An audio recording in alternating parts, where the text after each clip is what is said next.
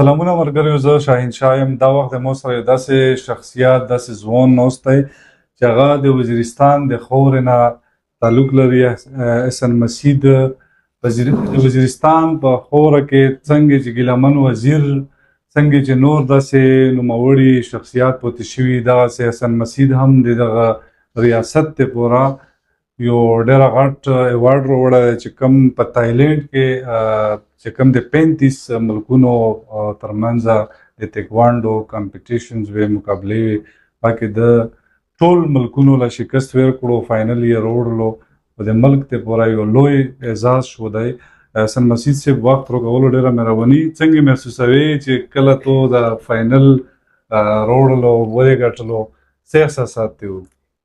ماشاءالله ډېر زیات خوند یې وکړ. د میش پښتانه ډېر زیات دردېدلي دي او چې کله هم دا اخته دا خوښي راوړه نو په یقین سره درته که چې د مو په جیت خالي د وزیرستان خلک نه و خوښول، افریدیان خوښول وي، د باجوړ خلک خوښول وي، بلکې ټول پښتانه خوښول وي. تر پښتانه نه بعد د پاکستان د مو خیال سره تقریبا د ټول پاکستان د پوره د خوښۍ خبره ده، خو د میش خوږه پښتانه ډېر زیات خوښولی دی. بل لکه تاسو په خاوره کې ډېرې زیاتې ستونزې په قبایلي سیمو کې، خاص کر وزیرستان چې کوم دی، دا د ډېرو ستونزو سره مخ دی. د یو داسې ملک چې هغه د مونږ قبایلي سیمې ډېرې وروسته پرېښي دي، هغې لپاره داسې مقابلې کول، علاقایي سطح باندې خلکو سپورټ سره څنګه و، خلکو مینه سره څومره اغوستې چې دا ایوارډ راوړو؟ په یقین سره درته که چې د خلکې مینه په کراچۍ کښې ماشاءالله ډېر پښتانه ایرپورټ ته ولرمخشه شوي وي او د هغې نه دا میسج لوړلی چې دا وکسه همیش پښتانه چوره امن خوښوي، کیلې میداني نه همیش خوښوي که نه، چې په دومره غټ تعداد خپل چمپینز یې سپورټ کړل. نو زه ټولې پښتانه ته سیر سلام کوم. بل درته وایي چې کله ته د مقابلو له تللې، ټوله به ډېر مالي ستونزې وې، سپانسرشپ دې چا کړی و؟ د کومو مرحلو نه ته تېر شوی؟ سپانسرشپ J7 ګروپ امپوریم مال سپانسر کړی و. هغې سره سره وزیر سکین ساینس چې په وزیرستان وڼه کښې د دې برانډ ډېر چلیږي او د هغې سره بدلون ویلفر اسوسییشن چې په وڼه کښې د ډېرې خلکې ډېرې چارې کړې دي او ورسره ډسکاونټ موبایل شاپ سپانسر کړی و. د دې زه د زړه شکریا ادا کوه. د مو په جیت کښې د دغه سپانسرز هم ډېر زیات کردار دی. که چېرې زه د نه وای سپانسر کړی، کیدای شي د مو نه دا ایونټ پوته وای.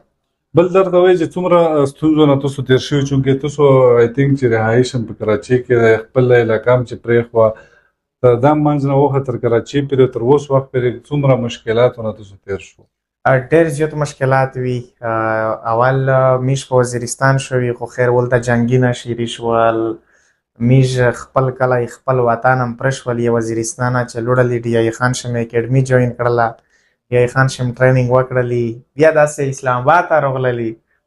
اچھا اسلام آباد شه آخرکار ټریننګ کیمپس پاکستان سپورټ بورډ شم ټریننګ وکړلي.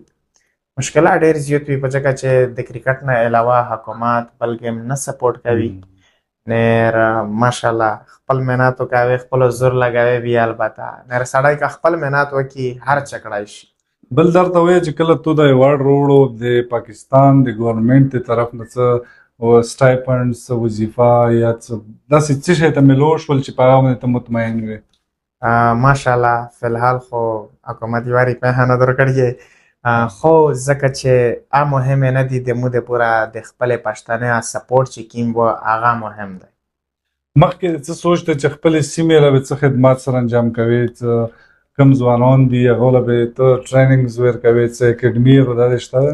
انشاءالله که د الله په خوښه وه. اول په خپل وزیرستان شوي د تایکوانډو کلب خلاصوه. حالات خو نه دي د میش په وطن شي ټیک چې سړی یې په وژدو رانه کړي، خو خیر زه یو خپل کوشش وکړه. رانه بعد کوشش کړه چې خیبر پښتونخوا کښې د احسان مسیح اکیډمي ته هغه که هر قسمه پښتون ورور وي چې هر وتلی شي د احسان مسیح سره ټریننګ وکړي. د قبایلي سیمې چې کوم ځوانان دي هغه نن سبا د ډېر ذهني ستونزو شکار دي، هغوی دپاره څه میسج، څه پیغام لرئ؟ هغې ته مې دا پیغام دی چې خپل محنت جاري وساتئ، د رد بد مایکستای، نشه تماشې پرېږدئ، کیلې میداني نه ابود کستای او الله دا وکړو چې د میش په وطن شه امن روشي خو چې کله د کلی نه میدانی نابود وي انشاءالله په هغه علاقه کې امن رو درېمي او خپل مهنت جاری وساتي میش توسي چې د دغه ملک نوم روشن کوي او میش توسي چې په هر میدان کې و جنگیږي او پیرا خالي پښتونخوا نه پیرا پاکستان ریپرزنټ کوي. ډېره مهرباني شکریه. قدرمن شي عزتمن شي.